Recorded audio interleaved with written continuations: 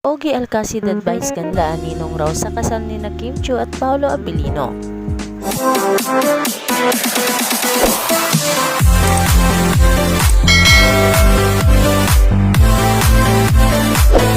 Sa wakas raw ay matutupad na ang matagal ng pangarap ni Paolo Abilino ang mapakasal sa babaeng gusto niyang makasama habang buhay.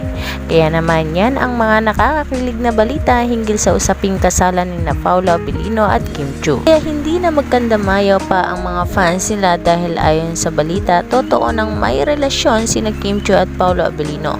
Kilig na kilig sila dahil sa wakas, nagkatotoo na rin umano ang kanilang mga hiling.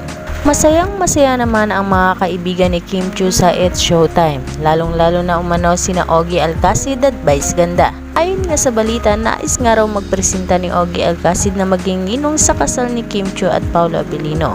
At ganun din si Vice Ganda na talaga namang todo ang ibinibigay na suporta para kay Kim Chiu. Masaya raw ang mga ito dahil nakatagpo na si Kim ng taong magmamahal sa kanya at magpapasaya.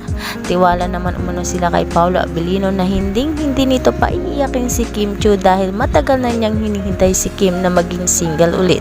Noon pa man raw ay crush niya na si Kim Chiu. Ngayon na magkasama na sila ni Kim, hindi na raw umano papakawalan pa ni Paolo Abilino ang dalaga, ayon kay Vice Ganda.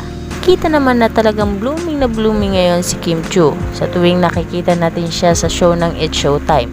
Iba siya ngayon kumpara noon. Kung sakali man raw na matuloy at mauwi na sa kasalan ang relasyong Kim Pao, ay isa na nga sa mga malalapit ni Kim Chiu ang magiging ninong na si Ogie Alcacid.